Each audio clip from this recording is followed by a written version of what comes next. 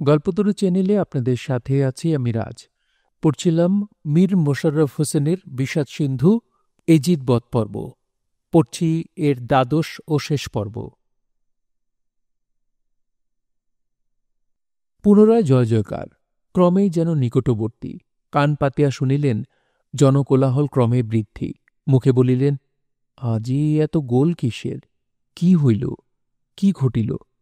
যাক, ও গোলযোগে আমার লাভ কি? মনের কথা উথলিয়া উঠিতেছে। স্থির করিলাম, এ পবিত্র পুরী জীবনে পরিত্যাগ করিব না। সেইখানেই যাইব, নিস্তার নাই। এজিদের হস্ত হইতে জয়নাবের নিস্তার নাই। ইহা ভাবিয়া প্রভু হোসেনের আশ্রয় রহিলাম। এজিদের আশা যেমন তেমনই রহিয়া গেল। এত চেষ্টা, এত যত্ন, এত কৌশলেও জয়নাব হস্তগত হইল না। সম্পূর্ণ বিঘ্নই আশ্রয়দাতা। আশ্রয়দাতাকে ইহজগৎ হইতে দূর করাই এজিদের আন্তরিক ইচ্ছা। প্রকাশ্যে রাজ্য লাভের কথা, কিন্তু মনের মধ্যে অন্য কথা। এজিদের চক্রেই প্রভু হোসেনের কুফায় গমন সংবাদ। পরিজনসহ প্রভু হোসেন কুফায় গমন করিলেন। হতভাগিনীও সঙ্গে চলিল। হায়, কোথায় কুফা, কোথায় কারবালা? কারবালার ঘটনা মনে আছে সকলই, কিন্তু মুখে বলিবার সাধ্য নাই। হায়, আমার জন্য কি না হইল! মহাপ্রান্তর কারবালা ক্ষেত্রে রক্তের নদী বহিল। শত শত সতী পতিহারা পুত্রহারা হইয়া আজীবন চক্ষের জলে ভাসিতে লাগিল। মহামহাবীর সকল এক বিন্দু জলের জন্য লালায়িত হইয়া শত্রু হস্তে অকাতরে প্রাণ সমর্পণ করিল। কত বালক বালিকা শুষ্ক কণ্ঠ হইয়া ছটফট করিতে করিতে পিতার বক্ষে মাতার ক্রোড়ে দেহত্যাগ করিয়া অনন্ত ধামে চলিয়া গেল। কাশেম সখিনার কথা মনে হইলে এখনো অঙ্গ শিহরিয়া ওঠে। শোক সিন্ধু মধ্যে বিবাহ, কি নিদারুণ কথা! কাশেম সখিনার বিবাহ কথা মনে পড়িলে প্রাণ ফাটিয়া যায়। সে দুর্দিনের শেষ ঘটনায় যা ঘটিবার ঘটিয়া গেল। বিশ্বপতি বিশ্বেশ্বরের মহিমা প্রকাশ হইল। সে অনন্ত ইচ্ছাময়ের ইচ্ছা পূর্ণ করিতে কাহারও বাধা দিবার ক্ষমতা নাই। প্রভু হোসেন তাহারই দৃষ্টান্ত দেখাইয়া সীমারের খঞ্জরে দেহত্যাগ করিলেন। হায় হোসেন, হায় হোসেন রবে প্রকৃতির বক্ষ ফাটিতে লাগিল। আমরা তখনই বন্দিনী। নুননবী মুহাম্মদের পরিজনগণ তখনই বন্দিনী। দামেস্কে আসিলাম, আর রক্ষা নাই। এজিদ হস্ত হইতে আর নিস্তার নাই। ডুবিলাম, আর উপায় নাই। নিরাশ্রয়ের আশ্রয় ঈশ্বর। আশা ভরসা যাহা যাহা সম্বল ছিল ক্রমে হৃদয় হইতে সরিয়া এক মহাবলের সঞ্চার হইল। এজিদ নামে আর কোনো ভয় রহিল না। এই ছুরিকা হস্তে করিতেই মন যেন ডাকিয়া বলিল, এই অস্ত্র, দুরাচারের মাথা কাটিতে এই অস্ত্র। সাহস হইল, বুকেও বল বাঁধিল। পারিব, সে অমূল্য রত্ন, রমণীকুলের মহামূল্য রত্ন দস্যু হস্ত হইতে রক্ষা করিতে পারিব। প্রতিজ্ঞা করিলাম, হয় দস্যুর জীবন, নয় ধনাধিকারিণীর জীবন এই ছড়িকার অগ্রে। হয় এজিদের বক্ষে প্রবেশ করিবে, নয় জয়নাবের চিরসন্তাপিত হৃদয় শোণিত পান করিবে। আর চিন্তা কি? নির্ভয়ে সাহসে নির্ভর করিয়া বসিলাম। পাপীর চক্ষুয়ে পাপ চক্ষে কখনোই দেখিব না ইচ্ছা ছিল, কিন্তু নিয়তির বিধানে সে প্রতিজ্ঞা রহিল না। দামেস্কে আসিবা মাত্রই এজিদের আজ্ঞা প্রতিপালন করিতে হইল। পাপীর কথা শুনিলাম, উত্তর করিলাম, সঙ্গে সঙ্গে ছুরিকাও দেখাইলাম। মহাপাপের হৃদয় কম্পিত হইল। মুখের ভাবে বুঝিলাম, নিজ প্রাণের ভয় অপেক্ষা জয়নাবের প্রাণের ভয় যেন তাহার অধিক। কি জানি, জয়নাব যদি আত্মহত্যা করে তবেই তো সর্বনাশ। যাহাই হোক, ঈশ্বর কৃপায় পাপাত্মার মনে যাহাই উদয় হোক, সে সময় রক্ষা পাইলাম। কিন্তু বন্দিখানায় আসিতে হইল। এই সেই বন্দিগৃহ। জয়নাব এজিদের বন্দিখানায় বন্দী। প্রভু পরিজন এজিদের বন্দিখানায় এই হতভাগিনীর সঙ্গিনী। আমার কি আর উদ্ধার আছে? আমার পাপের কি ইতি আছে, না আমার উদ্ধার আছে? দয়াময়, তুমি অবলার আশ্রয়, তুমি নিরাশ্রয়ার উভয়কালের আশ্রয়। করুণাময়, তোমাকেই সর্বসার মনে করিয়া এই রাজ্য সিংহাসন পদতলে দলিত করিয়াছি। রাজভোগ, পাটরানী, সুখ সম্ভোগ ঘৃণার চক্ষে তুচ্ছ করিয়াছি। তুমিই বল, তুমি সম্বল, তুমি অনন্তকালের সহায়। পাঠক, ওই শুনুন, ডঙ্কা তুরি ভেরির বাদ্য শুনিতেছেন? জয়ধ্বনির দিকে মন দিয়েছেন? জয় জয়নাল আবেদীন শুনিলেন? দামেস্কের নবীন মহারাজ পরিবার পরিজনকে উদ্ধার করিতে আসিতেছেন। পূজনীয় জননী, মাননীয় সহোদরা এবং অপর গুরুজনকে বন্দীখানা হইতে উদ্ধার করিতে আসিতেছেন। বেশি দূর নয়, প্রায় বন্দীখানার নিকটে। কিন্তু জয়নাবের কথা এখনো শেষ হয় নাই। আবার শুনুন, এদিকে মহারাজও আসিতে থাকুন। জয়নাব বলিতেছেন, আমার জন্যই প্রভু পরিবারে এই দুর্দশা।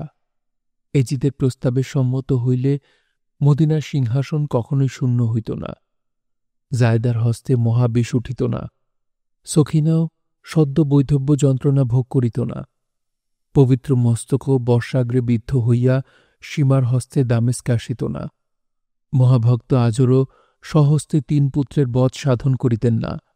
কত চক্ষে দেখিয়াছি, কত কানে শুনিয়াছি। হায় হায়, সকল অনিষ্টের, সকল দুঃখের মূলই হতভাগিনী।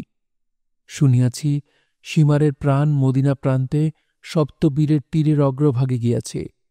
আম্বাজ অধিপতি মোহাম্মদ হানিফা দামেস্ক নগরের প্রান্তসীমায় সসৈন্যে মহাবীর নরপতিগণ সহ আসিয়া এজিদের সঙ্গে যুদ্ধ আরম্ভ করিয়াছেন। তুমুল সংগ্রাম আরম্ভ হইয়াছে। আমাদের উদ্ধারের জন্য মোহাম্মদ হানিফা এবং তাহার অন্যান্য ভাতৃগণ প্রাণপণে যুদ্ধ করিতেছেন। এজিদ স্বয়ং যুদ্ধক্ষেত্রে উপস্থিত। কত কথাই শুনিলাম। শেষে শুনিলাম ওমর আলীর প্রাণবধের সংবাদ। শুলদণ্ড এজিদ শিবির সম্মুখে খাড়া হইয়াছে। কত লোক ওমর আলীর প্রাণবধ দেখিতে দৌড়িয়াছে। কারবালার যুদ্ধ সংবাদও শিবিরে থাকিয়া শুনিয়াছিলাম। দামেস্ক প্রান্তরে যুদ্ধ সংবাদ এজিদের বন্দীখানায় থাকিয়া শুনিয়াছি। কারবালায় যথাসর্বস্ব হারাইলাম। এখানে হারাইলাম ইমাম বংশের একমাত্র ভরসা জয়নাল আবেদীন। এ কি শুনি? জয় জয়নাল আবেদীন, এ কিরূপ ঘোষণা? ওই তো আবার শুনিতেছি, জয় নবভূপতির জয়। সে কি কথা? আমি কি পাগল হইলাম? কি কথার পরিবর্তে কি কথা শুনিতেছি? ভেরি বাজাইয়া স্পষ্ট জয় ঘোষণা করিতেছে। এই তো একেবারে বন্দীখানার বহির্ভাগে। এই কথা বলিয়াই জয়নাব শাহরে বানু ও হাসনে বানুর কক্ষে যাইতে অতি ব্যস্তভাবে উঠিলেন। জয়নাবের মনের কথা আর ব্যক্ত হইল না। উচ্চস্বরে জয়রব করিতে করিতে সৈন্যগণ বন্দীখানার মধ্যে আসিয়া পড়িল। দিন মোহাম্মদীর নিশান জয়ডঙ্কার তালে তালে দুলিয়া দুলিয়া উড়িতে লাগিল। নবীন মহারাজ আপন ঘনিষ্ঠ আত্মীয় স্বজন সহ বন্দীগৃহ মধ্যে প্রবেশ করিলেন। পাঠক, এই অবসরে লেখকের একটি কথা শুনুন। সুখের কান্না পুরুষেও কাঁদে, স্ত্রীলোকেও কাঁদে, তবে পরিমাণে বেশি আর কম। জয়নাল আবেদীন বন্দীগৃহ মধ্যে প্রবেশ করিলে তাহার মাতা, সহোদরা প্রভৃতি প্রিয় পরিজনগণ সুখের কান্নায় চক্ষের জল ফেলিলেন। কি হাসি মুখে হাসিতে হাসিতে প্রিয়দর্শন জয়নালকে ক্রোড়ে করিয়া মুখচুম্বন করিলেন। কি কোনো কথা কহিয়া প্রথমে কথা আরম্ভ করিলেন, তাহার নির্ণয় করা সহজ নহে। দামেস্ক কারাগার সৈন্য সামন্ত পরিবেষ্টিত হইলেও প্রত্যক্ষ দেখাইতে যে না পারি, তাহাও নহে। কার সাধ্য রোধে কল্পনা রাখি? তবে এই কথা যে তাহাই দেখিবেন, না মোহাম্মদ হানিফা এজিদের পশ্চাৎ ঘোড়া চালাইয়া কি করিতেছেন, তাহাই দেখিবেন। আমার বিবেচনায় শেষ দৃশ্যই এইখানে প্রয়োজন। এজিদ বধের জন্যই সকলে উৎসুক। গাজী রহমানেরও এই চিন্তাই এখন প্রবল। মোহাম্মদ হানিফার কি হইল? এজিদের ভাগ্যি বা কি ঘটিল? নবীন মহারাজ তাহার মাতার পদধূলি মাথায় মাখিয়া অন্য গুরুজনের চরণ বন্দনা করিয়া বন্দীখানা হইতে বিজয়ডঙ্কা বাজাইতে বাজাইতে, জয় পতাকা উড়াইতে উড়াইতে প্রিয় পরিজন সহ রাজপুরী মধ্যে পুনঃপ্রবেশ করুন। আমরা মোহাম্মদ হানিফার অন্বেষণে যাই। চলুন এজিদের অশ্বচালনা দেখি। আশা মিটিবার নহে, মানুষের মনের আশা পূর্ণ হইবার নহে। ঘটনার সূত্রপাত হইতে শেষ পর্যন্ত অনেকের মনে অনেক প্রকারের আশার সঞ্চার হয়। আশার কুহকে মাতিয়া অনেকে পথে অপথে ছুটিয়া বেড়ায়। ঘটনাচক্রে যতদূর গড়াইয়া লইয়া যায় তাহাতেই বোধহয় যেন পূর্ব আশা পূর্ণ হইল। এই পূর্ণবোধ হইতে ২, ৩, ৪ এমনকি পঞ্চপ্রকারের আশা ৫০ ভাগে ৫০০ বিভাগে ঘটনালিপ্ত মানুষের হৃদয় আকাশে সচঞ্চল চপলার ন্যায় ছুটিতে থাকে, খেলিতে থাকে। জীবনের সহিত আশার সম্বন্ধ, আকাঙ্ক্ষার নিবৃত্তি, আশার শান্তি, জীবনের রীতি, এই তিনেই এক, আবার একেই তিন। সুতরাং জীবন্ত দেহে মনের আশা মিটিবার নহে, আশা মিটিল না। মোহাম্মদ হানিফার মনের আশা পূর্ণ হইল না। যুগল অশ্ব বেগে ছুটিয়াছে, এজিদের অশ্ব অগ্রেই রহিয়াছে। হানিফার মনের আশা এজিদকে না মারিয়া জীবন্ত ধরিবেন, পূর্ব প্রতিজ্ঞানুসারে তাহাকে কয়েকটি কথা জিজ্ঞাসা করিবেন, কিন্তু তাহা পারিতেছেন না। এজিদ অশ্বচালনায় পরিপক্ক, প্রাণের দায়ে পথ অপথ বন জঙ্গলের মধ্য দিয়া অশ্ব চালাইতেছেন। পালাইতে পারিলেই রক্ষা, কিন্তু পারিতেছেন না। হানিফাকে দূরে ফেলিয়া আত্মগোপন করিতে সক্ষম হইতেছেন না। সেই সমান ভাব, যাহা কিছু প্রভেদ অগ্র আর পশ্চাৎ। এজিদ প্রাণপণে অশ্ব চালাইতেছেন, কিন্তু হানিফাকে দূরে ফেলিয়া তাহার চক্ষুর অগোচর হওয়া দূরে থাকুক, হস্তস্থিত তরবারির অগ্রভাগ হইতে সূচি পরিমাণ স্থানও অগ্রে যাইতে পারিতেছেন না। সূর্য তেজ কমিতেছে, মুহম্মদ হানিফার রোষও বাড়িতেছে। যতই ক্লান্তি ততই রোষের বৃদ্ধি। মুহম্মদ হানিফা অশ্ববগলা দন্তে ধারণ করিয়া এজিদকে ধরিবার নিমিত্ত ২ হস্ত বিস্তার করিলেন। দুলদুল প্রাণপণে দৌড়াইতেছে, কিন্তু ধরিতে পারিতেছেন না। এই ধরিলেন, এইবারেই ধরিবেন, আর একটু অগ্রসর হইলেই ধরিতে পারিবেন, অশ্ব হইতে চ্যুত করিবেন, কিন্তু কিছুতেই পারিতেছেন না। এজিদ প্রাণ ভয়ে পলাইতেছেন। অন্য কোনো কথা সে সময়ে মনে উদয় হইবার কথা নহে। প্রাণ বাঁচাইবার পন্থাই নানা প্রকারে মনে মনে আটিতেছেন। আর একটা কথাও বেশ বুঝিতেছিলেন যে মোহাম্মদ হানিফা তাহার প্রাণবধের ইচ্ছা করিলে বহু পূর্বে শেষ করিতে পারিতেন, অথচ তাহা করিতেছেন না। মন ডাকিয়া বলিতেছে, এজিদকে হানিফা ধরিবেন, মারিবেন না, প্রাণে মারিবেন না। হইতে পারে এজিদের উপর অস্ত্র নিক্ষেপ নিষেধ। এ দুয়ের এক না হইয়া এরূপভাবে বীরের সম্মুখে বীরের অস্ত্রের সম্মুখ হইতে এতক্ষণ পর্যন্ত বাঁচিয়া থাকা সৌভাগ্যের কথা। এখন কোন উপায়ে ইহার চক্ষুর অগোচর হইতে পারিলেই রক্ষা।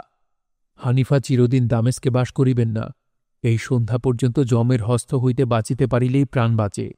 সূর্যাস্ত পর্যন্ত এই প্রকার ঘোরাফেরা করিয়া কাটাইতে পারিলেই আর ভয়ের কারণ নাই। আমার পরিচিত ও হানিফার অপরিচিত দেশ এবং পথ, আমি অনায়াসেই অন্ধকারে চলিতে পারিব। আজিকার অস্তই আমার শুভ অস্ত, জীবন রক্ষার একমাত্র উপায়। এই সকল চিন্তা শ্রেণীবদ্ধরূপে যে এজিদের মনে উদয় হইয়াছে তাহা নহে। প্রাণান্তর সময়ের পূর্বলক্ষণ ক্ষণকাল বিকার, ক্ষণকাল অজ্ঞান, ক্ষণকাল ঘোর অচৈতন্য, ক্ষণকাল সজ্ঞান। সেই সজ্ঞান সময়টুকুর মধ্যে এইরূপ চিন্তার ঢেউ সময়ে সময়ে এজিদের মনে উঠিতেছিল। এজিদ হস্ত হইতে অশ্ববগলা ছাড়িয়া দিয়া সজোরে কষাঘাত করিতে লাগিলেন। এখন আর দিগ্বিদিক জ্ঞান নাই। অশ্বের স্বেচ্ছাধীন গতি তাহার গতি, অশ্বের মনোমত পথই তাহার বাঁচিবার পথ। আর দক্ষিণ বামে ফিরাইয়া পালাইবার চেষ্টা করিতেছেন না। ঘোড়া আপন ইচ্ছামতো ছুটিয়াছে। হানিফা কিঞ্চিৎ দূরে পড়িলেন, উচ্চস্বরে ডাকিয়া বলিতে লাগিলেন, এজিদ, হানিফার হস্ত হইতে আজ তোমার নিস্তার নাই, কিন্তু এজিদ, এ অবস্থায় তোমাকে প্রাণে মারিব না, জীবন্ত ধরিব। তোমার খণ্ডিত শিরের ধরা লুণ্ঠিত ভাব, শিরশূন্য দেহের স্বাভাবিক ক্রিয়ার দৃশ্য হানিফায় একা দেখিতে ইচ্ছা করে না। বিশেষ বীরের আঘাত চারি চক্ষু একত্র করিয়া। আমি কাপুরুষ নহি যে তোমার পশ্চাদিক হইতে অস্ত্র নিক্ষেপ করিব। হানিফার অস্ত্র আজ পর্যন্ত কাহারও পৃষ্ঠদেশে নিক্ষিপ্ত হয় নাই। অগ্রে চক্ষে ধাঁধা না লাগাইয়া অদৃশ্যভাবে কাহারও শরীরে প্রবেশ করে নাই। তুমি মনে করিও না যে তোমার পেছনে থাকিয়া পৃষ্ঠে আঘাত করিব। তুমি জঙ্গলে যাও, পাহাড়ে যাও, হানিফা তোমার সঙ্গ ছাড়া নহে। এজিদ হানিফার রক্তমাখা শরীর প্রতি একবার মাত্র দৃষ্টি করিয়াছেন। একবার মাত্র চারি চক্ষু একত্র হইয়াছে। এজিদ হানিফার দিকে দ্বিতীয়বার চাহিতে সাহসী হন নাই, কিন্তু সে রক্ত জবা সদৃশ্য আঁখি, রক্তমাখা তরবারি তাহার চক্ষের উপর অনবরত ঘুরিতেছে, হৃদয় জাগিতেছে, মুহূর্তে মুহূর্তে প্রাণ কাঁপিতেছে, আতঙ্কে দক্ষিণে বামে দেহ দুলিতেছে, কোনো কোনো সময় সম্মুখে ঝুঁকিতেছে, অশ্বচালনে বিশেষ পরিপক্কতা হেতুতেই আসন টলিতেছে না। মুহম্মদ হানিফা পুনরায় উচ্চস্বরে বীর বিক্রমে বলিতে লাগিলেন, এজিদ, বহু পরিশ্রমের পর তোর দেখা পাইয়াছি, কখনোই চক্ষের অন্তরাল হইতে পারিবি না। তুই জানিস হানিফার বলবিক্রম প্রকাশের আজই শেষ দিন। আজই হানিফার ক্রোধানকে শেষ অভিনয়, আজই বিষাদের শেষ, বিষাদ সিন্ধুর শেষ, তোর জীবনের শেষ। ওই দেখ, সূর্য অস্ত যায়। এই অস্ত্রের সহিত কত অস্ত্রের যে যোগ আছে তাহা কে বলিতে পারে। আমি দেখিতেছি 3 অস্ত্র একত্রে মিশিবে, একসঙ্গে একযোগে ঘটিবে। তোর পরমায়ু দামেস্কের স্বাধীনতা এবং উপস্থিত সূর্য। চাহিয়া দেখ, যদি জ্ঞানের বিপর্যয় না ঘটিয়া থাকে তবে চাহিয়া দেখ গগনোন্মুখ সূর্য কেমন চাকচিক্য দেখাইয়া স্বাভাবিক নিয়ম রক্ষা করিতেছে। নির্বাণোন্মুখ দ্বীপও ঐরূপ তেজে জ্বলিয়া ওঠে। প্রাণবিয়োগ সময়ে শয্যাশায়ী রোগীর নারীর বলও এরূপ সতেজ হয়। তোর কিঞ্চিত অগ্রসরতাও তাহাই। আর বিলম্ব নাই। যে এইটুকু অগ্রসর হইয়াছিস সে বাঁচিবার জন্য নহে, মরিবার জন্য। মরুভূমিতে ঘুরিয়াছ, বনে প্রবেশ করিয়াছ, পর্বতে উঠিয়াছ, চক্ষু হইতে সরিয়া যাইতে কত চক্রই খেলিয়াছ, সরিতে পারো নাই। হানিফার চক্ষে ধুলি দিয়া চক্ষের অন্তরাল হইতে সাধ্য নাই। এখন নিকটে বন জঙ্গল নাই যে অন্ধকারে গা ঢাকা দিয়া বাঁচিয়া যাইবি। তুই নিশ্চয় জানিস এই রঞ্জিত অসি তোর পরিশুষ্ক হৃদয়ের বিকৃত রক্তাধারে আবার রঞ্জিত করিব। সূর্যর আগে মিশাইয়া উদয় অস্ত একত্র দেখিব। তুই যাবি কোথায়? তোর মতো মহাপাপের স্থান কোথা? অশ্বারোহী যদি বাগডোর না রাখে, ঘোড়ার ইচ্ছানুযায়ী গতিতে যদি বাধা না দেয়, তবে অশ্বমাত্রই আপন বাসস্থানে ছুটিয়া আসিতে চেষ্টা করে। এজিদ নিরাশ হইয়া হস্তস্থিত অশ্ববল্গা ছাড়িয়া দিয়াছেন। কোথায় যাইবেন, কি করিবেন, কোন পথে কোথায় গেলে পশ্চাৎধাবিত যমের হস্ত হইতে রক্ষা পাইবেন স্থিত করিতে না পারিয়াই তুরুঙ্গ গতিস্রোতে অঙ্গ ভাসাইয়া দিয়াছেন। রাজস্ব রাজধানী অভিমুখে ছুটিয়াছে। দামেস্ক এজিদের রাজ্য, পদঘাট সকলই পরিচিত। রাজধানী অভিমুখেই অশ্বের গতি দেখিয়া তাহার নিরাশ হৃদয়ে নতুন একটি আশার সঞ্চার হইল। রাজপুরী মধ্যে যাইতে পারিলেই রক্ষা। মনের ব্যগ্রতায় এবং প্রাণের মায়ায় আকুল হইয়া 2 হস্তে অশ্বে কষাঘাত করিতে লাগিলেন। রাজপুরী মধ্যে প্রবেশ করিতে পারিলেই যেন প্রাণ বাঁচাইতে পারেন। যুগল অশ্ব বেগে দৌড়িতে থাকুক। এই অবসরে এজিদের নূতন কথাটা ভাঙিয়া বলি। হজরত মাবিয়ার লোকান্তর গমনের পর এজিদ মারওয়ানের মন্ত্রণায় দামেস্ক পুরী সংলগ্ন উদ্যান মধ্যে ভূগর্ভে এক সুন্দর পুরী নির্মাণ করিয়াছিলেন। ওই গুপ্তপুরীর প্রবেশদ্বারও এমন সুন্দর কৌশলে নির্মিত হইয়াছিল যে উদ্যান অলঙ্কার নিকুঞ্জ ভিন্ন দ্বার বলিয়া কেহই নির্ধারণ করিতে পারিত না। যে সময়ের অপেক্ষায় এই পুরী আজ সেই সময় উপস্থিত। এজিদের প্রিয় পরিজন, আত্মীয় স্বজন প্রাণ ভয়ে সকলেই গুপ্তপুরীর মধ্যে আশ্রয় লইয়াছেন। তাহার প্রমাণও পূর্বে পাওয়া গিয়াছে। যেখানকার যে জিনিস সেইখানেই পড়িয়া আছে, জনপ্রাণী মাত্র নাই। কোথায় যাইবে? শত্রু সৈন্য পরিবেষ্টিত পুরী মধ্য হইতে কোথায় পলাইবে? এই গুপ্তপুরী প্রাণ রক্ষার উপযুক্ত স্থান। এজিদের মনে সেই আশা, সে নিরস হৃদয় ক্ষেত্রে এ একমাত্র আশা, জীবনের নব অঙ্কুর। পুরীর কথা মনে পড়িতেই পরিবার পরিজনের কথা মনে হইয়াছে। কিঞ্চিৎ আশ্বস্ত হইয়াছেন। রাজপুরী পরহস্তগত হইলেও পরিবার পরিজন কখনোই পরহস্তগত হইবে না। দামেস্ক পুরী তন্নতন্ন করিলেও তাহাদের বিষাদিত কায়া চোখে পড়া দূরে থাকুক, ছায়া পর্যন্ত নজরে আসিবে না। এখন উদ্যান পর্যন্ত যাইতে পারিলেই আর পায় কে? লতা পুষ্পজড়িত কুঞ্জ পর্যন্ত যাইতে পারলেই হানিফা দেখিবেন যে এজিদ লতায় পাতায় মিশিয়া গেল, পরমাণু আকারে পুষ্প রেণুর সহিত মিশিয়া পুষ্পদলে ঢাকিয়া ফেলিল। যাহাই হোক, উদ্যান পর্যন্ত যাইতে পারিলে এজিদের জয়। নগরও নিকটবর্তী। এজিদ জন্মের মতো দামেস্ক নগরের পতন দৃশ্য দেখিয়া চলিলেন। দেখিতে দেখিতে নগরের সুরঞ্জিত সিংহদ্বারে আসিয়া উপস্থিত হইলেন। দ্বার অবারিত, প্রহরী বর্জিত, মৃতদেহ রাজপথ পরিপূর্ণ। সবাহারী পশুপক্ষীগণ মহা আনন্দিত। চক্ষের পলকে দ্বার পার হইয়া নগরে প্রবেশ করিলেন। রাজপুরী চক্ষে পড়িতেই দেখিলেন উচ্চ উচ্চ মঞ্চে নানা আকারে নূতন পতাকা সকল নগরস্থ লোহিত আভায় মিশিয়া অর্ধচন্দ্র এবং পূর্ণ তারা প্রত্যক্ষভাবে দেখাইয়া দামেস্কের পতন দৃশ্য দর্শকগণকে দেখাইতেছে। বিজয় বাজনা তুমুল বেগে কর্ণে আসিতেছে। ক্রমেই নিকটবর্তী, রাজপুরী অতি নিকটে। বন্দিগৃহ দূর হইলেও দৃষ্টির অদূর নহে। চোখে পড়িল। এজিদের চক্ষে দামেস্কের বন্দিগৃহ পড়িতেই মন যেন কেমন করিয়া চমকিয়া উঠিল। এমন সংকট সময়ে এজিদের মন যেন কেমন করিয়া উঠিল।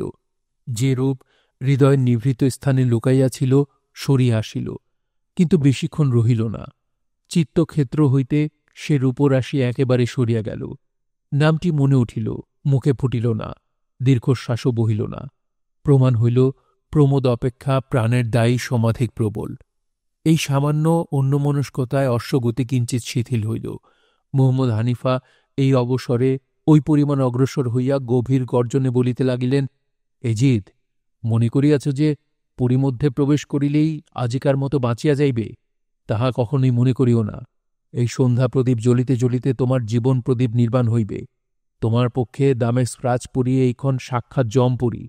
কি আশায় সেদিকে দৌড়াইয়াছ? দেখিতেছ না উচ্চ মঞ্চে কাহার নিশান উড়িতেছে?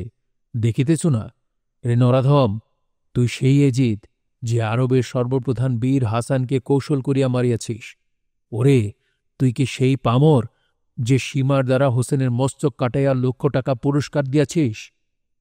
মোহাম্মদ হানিফা ক্রোধে অধীর হইয়া অশ্বে কষাঘাত করিলেন। দ্রুতগতি অশ্বপদ শব্দে পুর জনগণ চমকিয়া উঠিলেন। বিজয় বাজনা, আনন্দ রোল, জয়রবের কোলাহল ভেদ করিয়া অশ্বপদ শব্দ মহাশব্দে সকলের কর্ণে প্রবেশ করিল। যিনি যে অবস্থায় ছিলেন শশব্যস্ত হইয়া ঊর্ধ্বশ্বাসে সিংহদ্বার দিকে ছুটিলেন। এজিদ অশ্ব হইতে প্রথমে উদ্যান, শেষে পুষ্পলতা সজ্জিত নিকুঞ্জ দেখিয়া একটু আশ্বস্ত হইলেন। মসাব কাক্কা প্রভৃতি মহারথিগণ কেহ অশ্ব কেহ পদব্রজে দ্রুত পদে অসিহস্তে আসিতেই হানিফা উচ্চস্বরে বলিতে লাগিলেন, ভাতৃগণ, ক্ষান্ত হও, দোহাই তোমাদের ঈশ্বরের, ক্ষান্ত হও। এজিদ তোমার বদ্ধ নহে, বাধা দিও না। এজিদের গমনে বাধা দিও না। এজিদের প্রতি অস্ত্র নিক্ষেপ করিও না। মোহাম্মদ হানিফার কথা শেষ হইতে না হইতেই এজিদ এক ক্লম্পে অশ্ব হইতে নামিয়া উদ্যান অভিমুখে চলিলেন।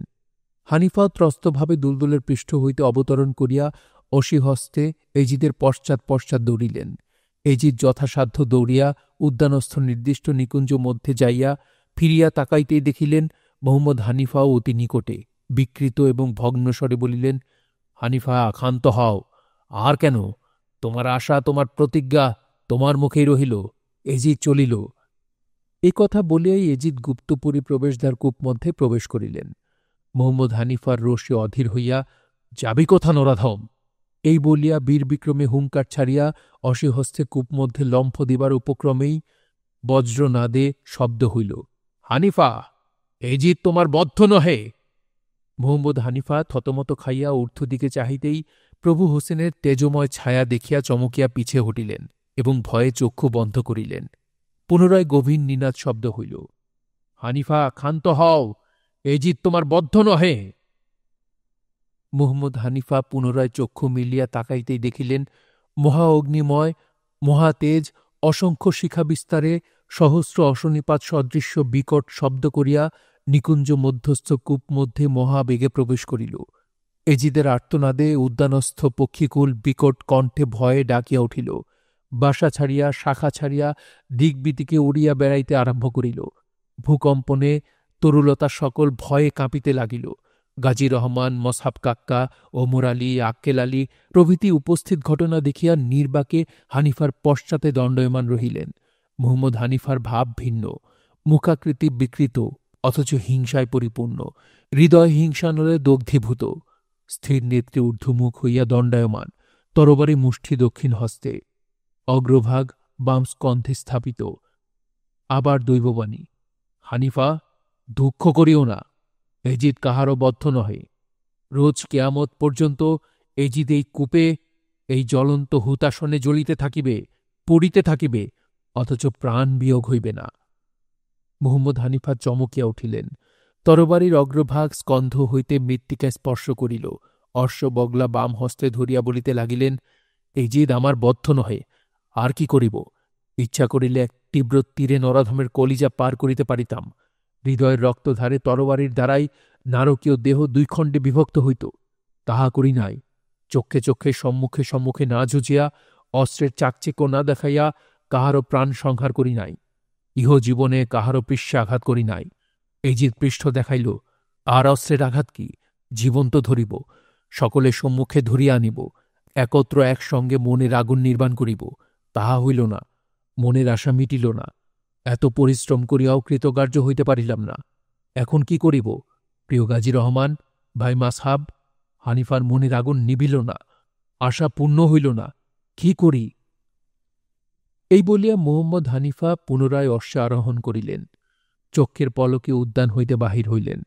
গাজী রহমান মহাসংকটকাল ভাবিয়া মোসাব কাক্কা, ওমর আলী প্রভৃতিকে বলিলেন, ভাবিয়াছিলাম আজই বিষাদের শেষ। ভাবিয়াছিলাম আজই বিষাদ সিন্ধু পার হইয়া সুখসিন্ধুর সুখতটে সকলে একত্রে উঠিব। বোধহয় তাহা ঘটিল না। শীঘ্র আসুন, বিলম্ব করিবেন না। আমি ভবিষ্যৎ বড়ই অমঙ্গল দেখিতেছি। আম্বাজাধিপতি মতিগতি ভালো বোধ হইতেছে না। শীঘ্র অশ্বে আরোহণ করুন। বড়ই কঠিন সময় উপস্থিত। দয়াময়ের লীলা বুঝিয়া ওঠা মানুষের সাধ্য নহে। এখন আর সূর্য নাই। পশ্চিম গগনে মাত্র লোহিত আভা আছে। সন্ধ্যাদেবী ঘোমটা খুলিয়াছেন, কিন্তু সম্পূর্ণ নহে। তারাদল দলে দলে দেখা দিতে অগ্রসর হইতেছেন। কেহ কেহ সন্ধ্যা সীমন্তিনীর সীমন্ত উপরিস্থ অম্বরে ঝুলিয়া জগৎ মোহিত করিতেছেন। কেহ বা সুদূরে থাকিয়া মিটিমিটি ভাবে চাহিতেছেন। ঘৃণার সহিত চক্ষু বন্ধ করিতেছেন, আবার দেখিতেছেন। মানব দেহের সহিত তারাদলের সম্বন্ধ নাই বলিয়াই দেখিতে পারিতেছেন না। কিন্তু বহু দূরে থাকিয়াও চক্ষু বন্ধ করিতে হইতেছে। কে দেখিতে পারে? অন্যায়, নরহত্যা, অবৈধ বধ কোন চক্ষু দেখিতে পারে? আজিকার সূর্যের উদয় না হইতেই হানিফার রোষের উদয়, তরবারি ধারণ। সে সূর্য অস্তমিত হইল। দামেস্ক প্রান্তরে মরুভূমিতে রক্তের স্রোত বহিল, কিন্তু মোহাম্মদ হানিফার জিঘাংসাবৃত্তি নিবৃত হইল না। এজিদ, তোমার বদ্ধ নহে। দৈববাণীতে মোহাম্মদ হানিফার অন্তরে রোষ এবং ভয় একত্র এক সময় উদিত হইয়াছে।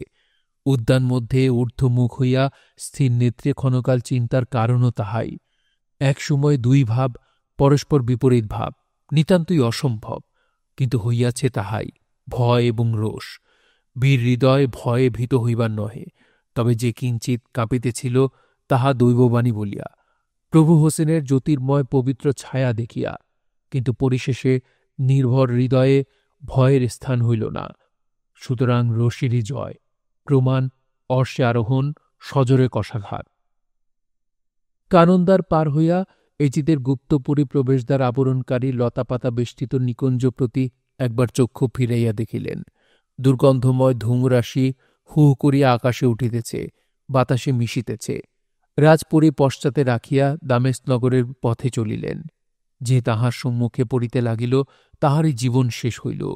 বিনা অপরাধে হানিফার অস্ত্রে জীবনলীলা সাঙ্গ করিয়া খণ্ডিত দেহ ধুলায় গড়াগড়ি যাইতে লাগিল। জয়নাল ভক্ত প্রজাগণ এজিদের পরিণাম দশা দেখিতে আনন্দোৎসাহে রাজপুরীর দিকে দলে দলে আসিতেছিল। হানিফার রোষাগ্নিতে পড়িয়া এক পদ অগ্রসর হইতে পারিল না। আপন প্রতিপালক রক্ষক হস্তে প্রাণ বিসর্জন করিতে লাগিল। নগরে প্রবেশদ্বারে প্রহরীগণ বসিয়াছিল। এজিদ সহ মোহাম্মদ হানিফা নগরে প্রবেশ করিলে প্রহরীগণ মোহাম্মদ হানিফাকে দেখিয়াই সতর্কতা ও সাবধানতার সহিত কর্তব্য কার্যে তৎপর হইল। নিকটে আসিতে প্রহরীগণ মাথা নোয়াইয়া অভিবাদন করিল, কিন্তু মস্তক উত্তোলন করিয়া দ্বিতীয়বার সম্ভাষণের আর অবসর হইল না। প্রভু অস্ত্রে প্রহরীদের মস্তক দেহ হইতে ভিন্ন হইয়া সিংহদ্বারে গড়াইয়া পড়িল। দৈনিক কার্য সমাধা করিয়া দিনহীন দরিদ্র ব্যক্তি সন্ধ্যাগমনে নগরে আসিতেছে। পথিক পথশ্রমে ক্লান্ত হইয়া বিশ্রাম হেতু লোকালয়ে আসিতেছে। ত্রস্তে পদবিক্ষেপ করিতেছে। কত কথাই মনে উঠিতেছে। চক্ষের পলকে কথা ফুরাইয়া গেল। বিনা মেঘে বজ্রাঘাত সদৃশ্য হানিফার অস্ত্রে জীবনলীলা পথিমধ্যেই সাঙ্গ হইল। গাজী রহমান, মাসহাব কাক্কা প্রভৃতি যথাসাধ্য ত্রস্তে আসিয়াও মোহাম্মদ হানিফাকে নগরে পাইলেন না। সিংহদ্বারে আসিয়া যাহা দেখিবার দেখিলেন। প্রান্তরে আসিয়া স্পষ্টত দেখিতে পাইলেন আম্বাজ ভূপতি যাহাকে সম্মুখে পাইতেছেন, বিনা বাক্যব্যয়ে তাহার জীবন শেষ করিয়া অগ্রসর হইতেছেন। এখনও ঘোর অন্ধকারে দামেস্ক প্রান্তর আবৃত হয় নাই। ঘোর নাদে শব্দ হইল, মোহাম্মদ হানিফা! নিজ নাম শুনিয়াই মোহাম্মদ হানিফা একটু থামিয়া দক্ষিণে বামে দৃষ্টি করিতে লাগিলেন। গাজী রহমান প্রভৃতিও ওই শব্দ শুনিয়া অগ্রসর হইতে সাহসী হইলেন না। স্থিরভাবে দাঁড়াইলেন এবং স্পষ্ট শুনিতে লাগিলেন, যেন আকাশ ফাটিয়া প্রান্তর কাঁপাইয়া শব্দ হইতেছে। হানিফা, একটি জীব সৃষ্টি করিতে কত কৌশল তাহা তুমি জানো? সৃষ্ট জীব বিনাশ করিতে তোমাকে সৃষ্টি করা হয় নাই। বিনা কারণে জীবের জীবনলীলা শেষ করিতে তোমার হস্তে তরবারি দেওয়া হয় নাই। তোমার হিংসাবৃত্তি চরিতার্থ করিবার জন্য মনুষ্যকুলে জন্ম হয় নাই। বিনাশ করা অতি সহজ, রক্ষা করা বড়ই কঠিন, সৃজন করা আরও কঠিন। এত প্রাণী বধ করিয়া তোমার বদেচ্ছা নিবৃত্ত হইল না? জয়ের পর বদ অপেক্ষা পাপের কার্য জগতে আর কি আছে? তুমি মহাপাপী। তোমার প্রতি ঈশ্বরের এই আজ্ঞা যে দুলদুল সহিত রণবেশে রোজ কেয়ামত পর্যন্ত প্রস্তরময় প্রাচীরে বেষ্টিত হইয়া আবদ্ধ থাকো। বাণী শেষ হইতেই নিকটস্থ পর্বতমালা হইতে অতুচ্চ প্রস্তরময় প্রাচীর আকাশ পাতাল কাঁপাইয়া বিকট শব্দে মোহাম্মদ হানিফাকে ঘিরিয়া ফেলিল। মোহাম্মদ হানিফা বন্দী হইলেন। রোজ কেয়ামত পর্যন্ত এই অবস্থায় থাকিবেন। গাজী রহমান, মাসাব কাক্কা প্রভৃতি এই অভাবনীয় ঘটনা দেখিয়া শত শতবার ঈশ্বরকে নমস্কার করিলেন। ম্লান মুখে মন্দ মন্দ গতিতে প্রাচীরের নিকটে যাইয়া অনেক অনুসন্ধান করিলেন, কিন্তু মানুষ দূরে থাকুক, সামান্য একটি পিপীলিকা প্রবেশেরও সুযোগ পথ খুঁজিয়া প্রাপ্ত হইলেন না। ধন্য কৌশলীর কৌশল! গাজী রহমান কোন সন্ধান করিতে না পারিয়াই হোক, কি কোন শব্দ তাহার কর্ণকুহরে প্রবেশ করিয়াই হোক, কয়েকবার ওই প্রাচীর প্রদক্ষিণ করিয়া প্রাচীরের নিকট মাথা নোয়াইয়া কর্ণ পাতিয়া শুনিতে লাগিলেন। প্রাচীর মধ্যে ঘোড়ার পদশব্দ, মাসাব কাক্কা প্রভৃতিও সে শব্দ শুনিতে পাইলেন। পাঠক, সে প্রাচীর এক্ষণে পর্বতে পরিণত। এই পর্বতের নিকট কান পাতিয়া শুনিলে আজ পর্যন্ত ঘোড়ার পায়ের শব্দ শোনা যায়। একটা টিকা আছে, কোন কোন গ্রন্থ মতে হানিফার এখনও প্রাচীরের ভিতর আবদ্ধ হওয়া ততদূর প্রমাণসিদ্ধ নহে। রোজ কিয়ামত পর্যন্ত মুহাম্মদ হানিফা ওই প্রাচীর মধ্যে অশ্বসহ আবদ্ধ থাকিবেন। দৈববাণী অলঙ্ঘনীয়। যাহা অদৃষ্টে ছিল হইল, যাহা দয়াময়ের ইচ্ছা ছিল সম্পন্ন হইল, আর বৃথা অপ্রান্তরে থাকিয়া লাভ কি? গাজী রহমান এ কথা বলিয়া নগরাভিমুখে হইলেন। সঙ্গীরা তাহার পশ্চাদবর্তী হইলেন। অন্ধকার আবরণে জগৎ অন্ধকার হইয়া আসিতে লাগিল। এ মহাকাব্য বিষাদ সিন্ধুর ইতি এইখানে হইল। সিন্ধু পার হইয়াও হইতে পারিলাম না। আশা মিটিল না। পূর্ণ সুখ জগতে নাই। কাহারও ভাগ্য ফলকে ১৬ আনা সুখভোগের কথা লেখা নাই। সুতরাং বিষাদ সিন্ধু পার হইয়া সুখ সিন্ধুতে মিশিতে পারিলাম না। জয়নাল আবেদীন পৈতৃক রাজ্য উদ্ধার করিয়া সিংহাসনে বসিয়াছেন। পরিবার পরিজনকে বন্দীখানা হইতে উদ্ধার করিয়া বিশেষ আদর ও সম্মানের সহিত রাজভবনে আনিয়াছেন। মদিনা, দামেস্ক উভয় রাজ্যই এখন তাঁহার করতলে। উভয় সিংহাসনই এখন জয়নাল আবেদীনের বসিবার আসন। পরম শত্রু, পৈতৃক শত্রু এজিদের সর্বস্ব গিয়াছে। ধন, জন, রাজ্যপাট সকলে গিয়াছে। যদিও প্রাণ যায় নাই, কিন্তু দেবাগ্নিতে দগ্ধ হওয়া ব্যতীত কুপুমধ্যে এজিদ দেহের অন্য কোনো ক্রিয়া নাই। সে দেহ মানুষেরও আজ দেখিবার সাধ্য নাই। সুতরাং সাধারণ চক্ষে এজিদ বধই সাব্যস্ত করিতে হইবে। সুখের এক শেষ। আরও অধিক সুখের কথা হইত যদি মুহাম্মদ হানিফা দৈব নির্বন্ধে প্রস্তর প্রাচীরে চির আবদ্ধ না হইতেন। হায় হায়, আক্ষেপ, শত আক্ষেপ! সিন্ধু পার হইয়াও হইতে পারিলাম না। বিষাদ রহিয়া গেল, বিষাদ সিন্ধুই রহিয়া গেল। হায় হাসান, হায় হোসেন, হায় মুহাম্মদ হানিফা! মুখে উচ্চারণ করিতে করিতে বক্ষে করাঘাত করিয়া সজল নয়নে বিদায় হইতে হইল। উপসংহার: ঈশ্বরের অভিপ্রায় সিদ্ধ হইল।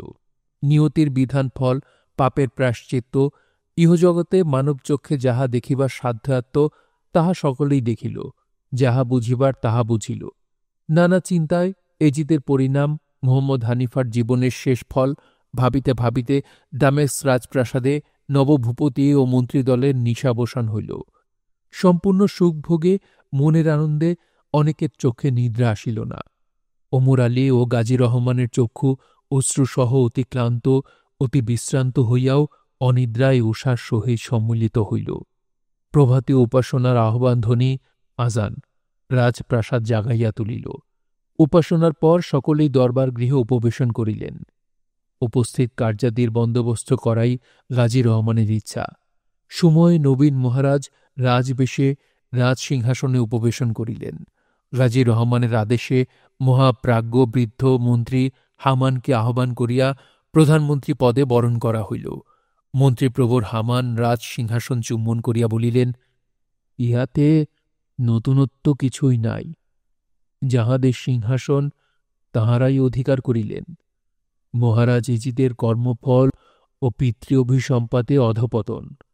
উষ্ণ মস্তিষ্ক এবং উষ্ণ শোণিত বলে যে রাজা অগ্রপশ্চাৎ বিবেচনা না করিয়া গুরুতর কার্যে হস্তক্ষেপ করেন, যাহা সম্ভবপর নহে, সাধারণের অনুমোদনীয় নহে, বিজ্ঞ বুদ্ধিমান পণ্ডিতগণের অভিমত নহে, বহুদর্শী জ্ঞানবৃদ্ধ প্রবীণ প্রাচীন প্রধান কার্যকারকগণের ইচ্ছা নহে, সেই অঘটন কার্য ঘটাইতে গেলেই এইরূপ ফল ফলিয়া থাকে। এজিদের পতন, রাজ্য হইতে বিচ্যুতি এবং আত্মজীবন বিষাণ, ইহাতে আশ্চর্য কিছুই নাই। অবিবেচক অপরিপক্ক মস্তক উদ্ধত যুবকদিগের কার্যফল এইরূপই হইয়া থাকে। এইরূপ করিয়া নবভূপতির মঙ্গল কামনা করিয়া নতশিরে অভিবাদন করত মন্ত্রীপ্রবর হামান উপবেশন করিলেন। রাজকার্যের সমুদয় ভার তাহার প্রতি অর্পিত হইল। নবীন মহারাজ আত্মীয় স্বজন পরিবারসহ পবিত্র ভূমি মদিনায় যাইতে প্রস্তুত হইলেন। মদিনাবাসীরাও মহা আনন্দে নবীন মহারাজ সহিত মদিনা যাইতে উদ্যোগী হইলেন। বিজয়ী বীরগণ, সৈন্য সামন্ত, আত্মীয় স্বজন ও পরিবার পরিজনগণ সহ বিজয় পতাকা উড়াইয়া বিজয় ডঙ্কা বাজাইতে বাজাইতে নবীন ভূপতি দামেস্ক হইতে মদিনার পথে বহির্গত হইলেন। গাজী রহমানের আদেশে এই শুভ সংবাদ লইয়া বহু সংখ্যক দূত অশ্বপৃষ্ঠে মদিনাভিমুখে ছুটিলেন। দামেস্ক বিজয়, এজিদের পরাজয়, পলায়ন, মুহম্মদ হানিফার যুদ্ধ বিবরণ ইতিপূর্বেই মদিনাবাসীগণ লোকপরম্পরায় শুনিয়া মহা আনন্দিত হইয়া উৎসুক চিত্তে রাজকীয় সংবাদ আশায় দিবারাত্রি অপেক্ষা করিতেছিলেন। সময়ে দামেস্ক হইতে প্রেরিত কাসেদগণ প্রমুখাত এই শুভ সংবাদের তত্ত্ব পাইয়া মদিনাবাসীগণ হজরত মুহম্মদের রওজায় যাইয়া নবীন ভূপতি জয়নাল আবেদিনের মঙ্গল কামনায় প্রার্থনা করিলেন এবং নবভূপতিকে সাদরে গ্রহণ করিবার জন্য সমুচিত আয়োজনে মনোনিবেশ করিলেন। দিনের পর দিন কাটিয়া গেল। নবভূপতির আগমন নাশা, দর্শনাশা ক্রমশই বৃদ্ধি পাইতে লাগিল। দ্বিতীয় দল কাসেদ একদিন উপনীত হইয়া ঘোষণা করিল, জয় জয়নাল আবেদিন, জয় ইমাম বংশের শেষ রাজদণ্ডধর। আজ মদিনা প্রান্তর পর্যন্ত ওই প্রান্তরেই সসৈন্য নিশা যাপন। আগামীকল্য প্রত্যুষে নগরে প্রবেশ, প্রথম হজরতের রওজা জিয়ারত, পরে অন্তপুরে প্রবেশ। ঘোষণা প্রচার মাত্র মদিনা নবসাজে সজ্জিত হইতে লাগিল। নবভূপতিকে পরিজনসহ বিজয়ী বীরবৃন্দসহ গ্রহণ করিতে মদিনা স্বর্গীয় সাজে সজ্জিত হইল। উচ্চ উচ্চ প্রাসাদ শ্রেণীর উচ্চ মঞ্চে অর্ধচন্দ্র আর পূর্ণ তারকাখচিত লোহিত নিশান সকল উড়িতে লাগিল। এতকাল পর্যন্ত যে যে স্থানে নীলবর্ণ নিশান উড়িয়া হাসান হোসেনের শোক জ্ঞাপন করিতেছিল, আজ সেই স্থানে লোহিত, পীত এবং মনোমুগ্ধকর নানা রঙের ক্ষুদ্র ক্ষুদ্র পতাকা সকল বায়ুর সহিত মিশিয়া মিশিয়া খেলা করিতে লাগিল। রাজপথের উভয় পার্শ্বস্থ গৃহরাজি নানা বর্ণের প্রস্ফুটিত পুষ্পপুঞ্জে সজ্জিত, পুষ্পহারে অলঙ্কৃত হইয়া প্রকৃতির শোভাবর্ধন করিল।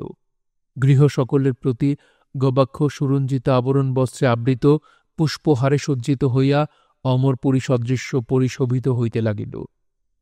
যাহাদের আত্মীয় স্বজন এজিদবৎ কৃত সংকল্পে অস্ত্রে শস্ত্রে সুসজ্জিত হইয়া মোহাম্মদ হানিফার সঙ্গী হইয়াছিলেন, তাহাদের পরিবার পরিজন মনের আনন্দে কেহ বসনভূষণে সজ্জিত, কেহ মহাহর্ষে বস্ত্রালঙ্কারে সাজসজ্জার বিষয় ভুলিয়া যেরূপ ছিলেন সেই প্রকারে আনন্দ মনে পুষ্পগুচ্ছ ও পুষ্পমালা সকল সম্মুখে করিয়া গবাক্ষ দ্বারে কেহ গৃহপ্রবেশের সোপান শ্রেণীতে দণ্ডায়মান রহিলেন। পূর্বাকাশে অরুণোদয়ের সঙ্গে সঙ্গে যেন মদিনা সজীব ভাব ধারণ করিল। চতুর্দিকেই আনন্দ কোলাহল। রাজপথে, রাজসংস্রবী, গৃহ সমানোপরি অধিবাসীগণের গৃহদ্বারে দলে দলে নগরবাসীগণের সুরঞ্জিত ও সজ্জিত বেশে সমাগম, আনন্দ কোলাহলে নগরময় কোলাহলে পরিপূর্ণ। ওই আসিতেছে, ওই ডঙ্কার ধ্বনি কর্ণে প্রবেশ করিতেছে, ওই ভেরির ভীষণ রবে প্রান্তর কাঁপাইতেছে। বিগত নিশায় অনেক চক্ষুই নিদ্রার আকর্ষণ হইতে বঞ্চিত ছিল। মনের আনন্দে, মনের উত্তেজনায় বহু চেষ্টাতেও নিদ্রা দেবীর সহিত সাক্ষাৎ লাভ ঘটে নাই। কেহ কেহ প্রভাত সময়ে শরীরের শ্রান্তি হেতু অবসাদে উপবেশন স্থানেই শয়ন শয্যাবিহীন, উপাধানবিহীন উপবেশন স্থানেই অর্ধশায়িতভাবে শুইয়া পড়িয়াছেন। সুনিদ্রার আকর্ষণ হইলে আর কি বিলম্ব আছে? না সুশয্যার অপেক্ষা আছে? যেখানে চক্ষুর পাতা ভারী সেখানে নিদ্রা, অচেতন। তাহার পর জনকোলাহলে হঠাৎ জাগিয়া কি করিবেন, কি শুনিবেন, কোথায় যাইবেন, কি অপকর্ম করিয়াছি, ক্ষণস্থায়ী অনুতাপ সহ্য করিয়া চতুর্দিক চাহিয়া গত কথা সকল ক্রমে স্মরণপথে আনিয়া মহাব্যস্তে মনোমত স্থানে যাইয়া উপবেশন করিলেন। একদৃষ্টে রাজপথ পরিশোভা সজ্জিত গৃহশ্রেণীর নয়নরঞ্জন মনোহর শোভা দেখিতে দেখিতে নিদ্রাবেশের অলসতা দূর করিলেন।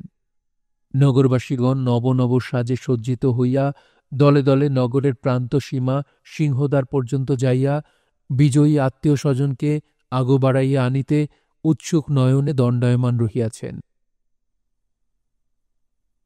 সময় হইল, প্রথম পদাতিক শ্রেণী বিজয় নিশান সহ দেখা দিল।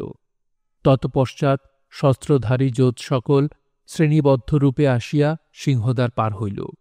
তৎপরে উষ্ট্রপরি নকিব দল বাঁশরি বাজাইয়া নবভূপতির জয় ঘোষণার সহিত আগমন ঘোষণা অতি সুমিষ্ট স্বরে নাকাড়ার সহিত বাদ্য করিতে করিতে আসিল।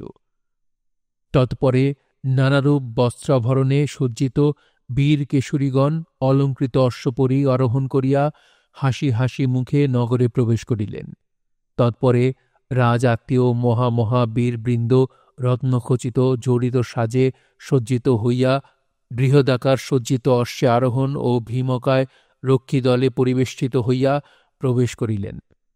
তাহার পর সুবর্ণ ও রজত দণ্ডে স্থাপিত কারুকার্যখচিত অর্ধচন্দ্র ও পূর্ণ তারকা সংযুক্ত বহু সংখ্যক নিশানধারী অশ্বারোহী দল পশ্চাতে সুবর্ণ দণ্ডে স্থাপিত কারুকার্যখচিত শুভ্র চন্দ্রাতপ শিক্ষিত উষ্ট্রপরি স্থাপিত হইয়া আতপতাপ নিবারণ করিতেছে, এবং চন্দ্রাতপ নিম্নে মক্কা মদিনার রাজা, মুসলমান জগতের সর্বশ্রেষ্ঠ, ধর্মজগতের সর্বপ্রধান ভূপতি হজরত মুহম্মদ মুস্তফার বংশধর মহামহিমান্বিত মহারাজাধিরাজ জয়নাল আবেদীন নিষ্কষিত অস্ত্রে সজ্জিত। সহস্র অশ্বারোহী রক্ষী পরিবেষ্টিত হইয়া বীর সাজে অশ্বারোহণে মৃদুমন্দ পদবিক্ষেপে সিংহদ্বার পার হইয়া নগরে প্রবেশ করিলেন। অমনি দর্শক শ্রেণী মুখে জয়নাল আবেদীনের জয়, মদিনার সিংহাসনের জয়, জয় নবভূপতির জয়, এইরূপ রব তুমুল আরাবে বারবার ঘোষিত হইতে লাগিল। পরিবার পরিজন দিকের বস্ত্রাবৃত আমবাই পৃষ্ঠে উষ্ট্রসকল রক্ষীগণ কর্তৃক বিশেষ সাবধানে পরিলক্ষিত হইয়া মহারাজের পশ্চাৎ নগর মধ্যে প্রবেশ করিল। জনস্রোতের সহিত আনন্দস্রোত প্রবাহিত, দেখিতে দেখিতে জনস্রোতের সহিত আনন্দস্রোত প্রবাহিত, দেখিতে দেখিতে পবিত্র রওজার সম্মুখে উপস্থিত। অশ্বারোহী ও উষ্ট্রারোহী স্ব বাহন হইতে অবতীর্ণ হইলেন। কারানাকারার কার্য সকল ক্ষণকালের জন্য বন্ধ হইল।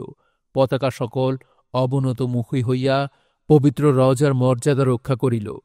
মহারাজ জয়নাল আবেদীন যাত্রী দল, সঙ্গী দল ও আত্মীয় স্বজনগণ সহ পবিত্র রওজা মোবারক সপ্তবার তাওয়াফ মান্যের সহিত অতিক্রম করিয়া পূর্ব সাজসজ্জা ও বাদ্যবাজনা সহিত জয় নিশান উড়াইয়া রাজপরি প্রবেশ করিলেন।